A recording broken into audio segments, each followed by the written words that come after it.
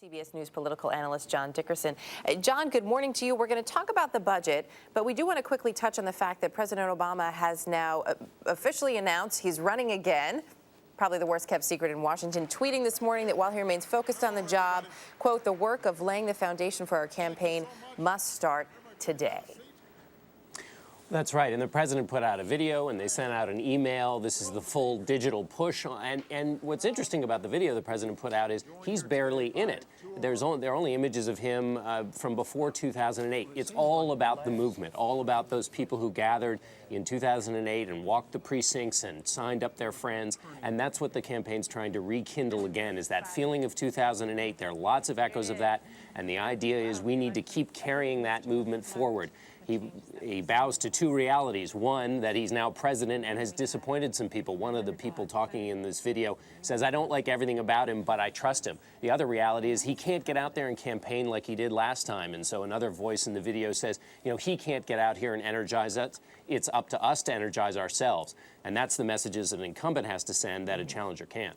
And that's what we'll be seeing more of. Of course, one of the major themes that we are going to continue to hear, not just right now, but throughout that campaign season, is about the budget, the deficit, money in general in Washington. As we just heard from Nancy, this really is looming large, the possibility of a government shutdown. Is there enough common ground to avoid that? There is enough common ground. The question is there enough time? The government shuts down on Friday, but really negotiators have to come up with a deal by Wednesday in order to give everybody in Congress enough time to actually look at what this deal looks like. And as Nancy pointed out in her piece, there are lots and lots of little hurdles. Then the leaders have to take the bill, the negotiation, whatever is agreed to their caucus. The one thing that may allow an actual shutdown to be averted is the fact that both the president and Speaker John Boehner worry that a shutdown, even a relatively brief one, would send a bad message and would interrupt the economy, send a bad message to business. And with the recovery sort of beginning to pick up, neither party wants to get blamed for that. No one wants to be responsible. Republicans are going to announce their 2012 budget plan on Tuesday. They're hoping to lead to $4 trillion in savings over 10 years. What exactly are they proposing in terms of cuts? Well, they're proposing broad cuts. And, you know, we've been talking about how to fund government for the rest of this year. What's coming out on Tuesday is how to really organize priorities for the next 10 years. It's sort of the difference between talking about a leaky roof and talking about a whole house renovation.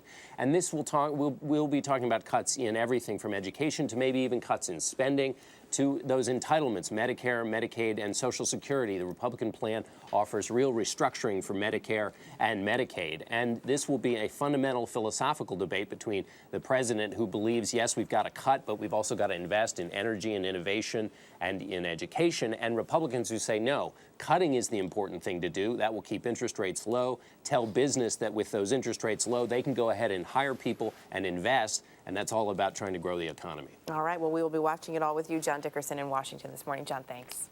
Thanks, Erica.